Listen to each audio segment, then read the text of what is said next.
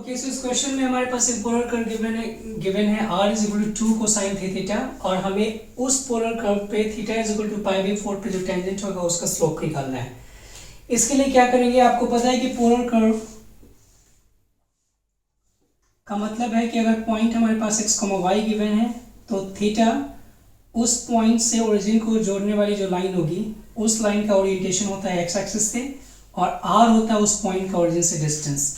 तो r और theta के फॉर्म में इस पॉइंट को जब रिप्रेजेंट किया जाता है तो उसे हम कहते हैं polar form of that point. तो यहाँ पे आप ये भी तो कर सकते हो कि इसको पैरामेट्रिक फॉर्म में लिख सकते हो, x is equal to R cosine theta और y is equal to R sine theta. आपको पता है कि अगर ये कोई कर्व पैरामेट्रिक फॉर्म में है तो उसका डेरिवेटिव कैसे निकालते हैं। ऑब्वियसली इसको डिफरेंशिएट कर सकते हैं थीटा के एस्पेक्ट में, इसको डिफरेंशिएट करते हैं थीटा के एस्पेक्ट में। बट यहाँ पे ध्यान देने वाली बात है कि r हमें नहीं पता है। r जो दे रखा है वो भी 2 cos थीटा के फॉर्म में, मतलब ये भी एंगल के फॉर्म में। तो इसको हम यहाँ रिप्लेस करेंगे तो होगा क्या कि ये 2 cos 3 theta times cos theta बन जाएगा, जो कि थोड़ा सा डिफरेंशिएट करने में आपको परेशानी दे सकता है। बट हम क्या कर सकते हैं कि r और थीटा को वेरिएबल मान के इसको अलग अलग डिफरेंशिएट कर सकते हैं प्रोडक्ट रूल के कॉन्सेप्ट को यूज करके। तो क्या किया जाएगा, इसको पहले हम डिफरेंशिएट करते हैं y को, तो हो जाएगा dy बाई डी थीटा। हमने माना है r और थीटा दोनों वेरिएबल, तो प्रोडक्ट रूल अप्लाई करेंगे तो क्या होना चाहिए, r times cosine theta plus sine theta times dr by D theta. और उसी तरीके से जब x को डिफरेंशिएट करेंगे so you will get r times negative sine theta plus cosine theta times dr by D theta. हमें चाहिए इन दोनों का रेशियो ताकि हम क्या निकाल सकें, dy बाई डी एक्स।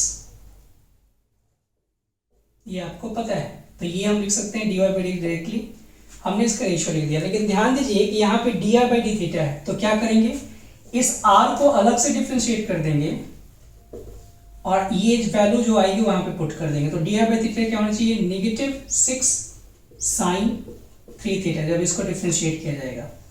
तो अब क्या करना होगा आपको, इस नेगेटिव 6 साइन थीटा को dr बाई डी थीटा की जगह पे सब्स्टिट्यूट करना होगा और जहां जहां r है वहां हमें सब्स्टिट्यूट करना होगा 2 कोसाइन 3 थीटा।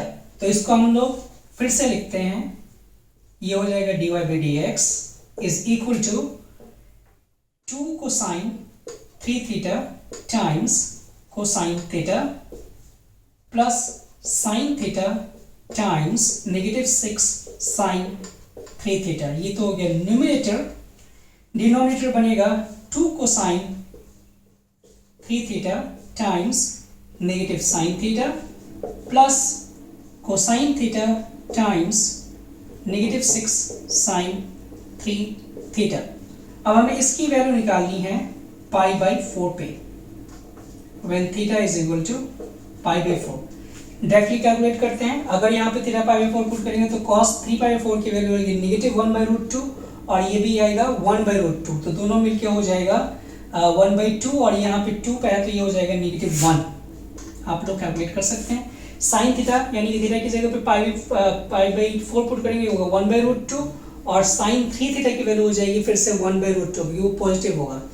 तो ये हो जाएगा 1 by root 2 times 1 by root 2 that is 1 by 2 और negative 6 by 2 that is negative 3। Denominator क्या होगा, फिर से 2 को साइन 3 थीटा और साइन थीटा, ये हो जाएगा नेगेटिव और ये negative positive. So 1 by 2 by 2 that is 2 by 1 by 2 that is 2 into 1 by 2 is 1 और यहाँ हो जाएगा cos pi 4 is 1 by root 2 और यहाँ पर हो जाएगा पॉजिटिव, ये होगा पॉजिटिव, ये पॉजिटिव और ये पहले से नेगेटिव साइन है, ये हो जाएगा नेगेटिव 3। तो negative 4 by negative 2, so the answer should be 2। Oh yes।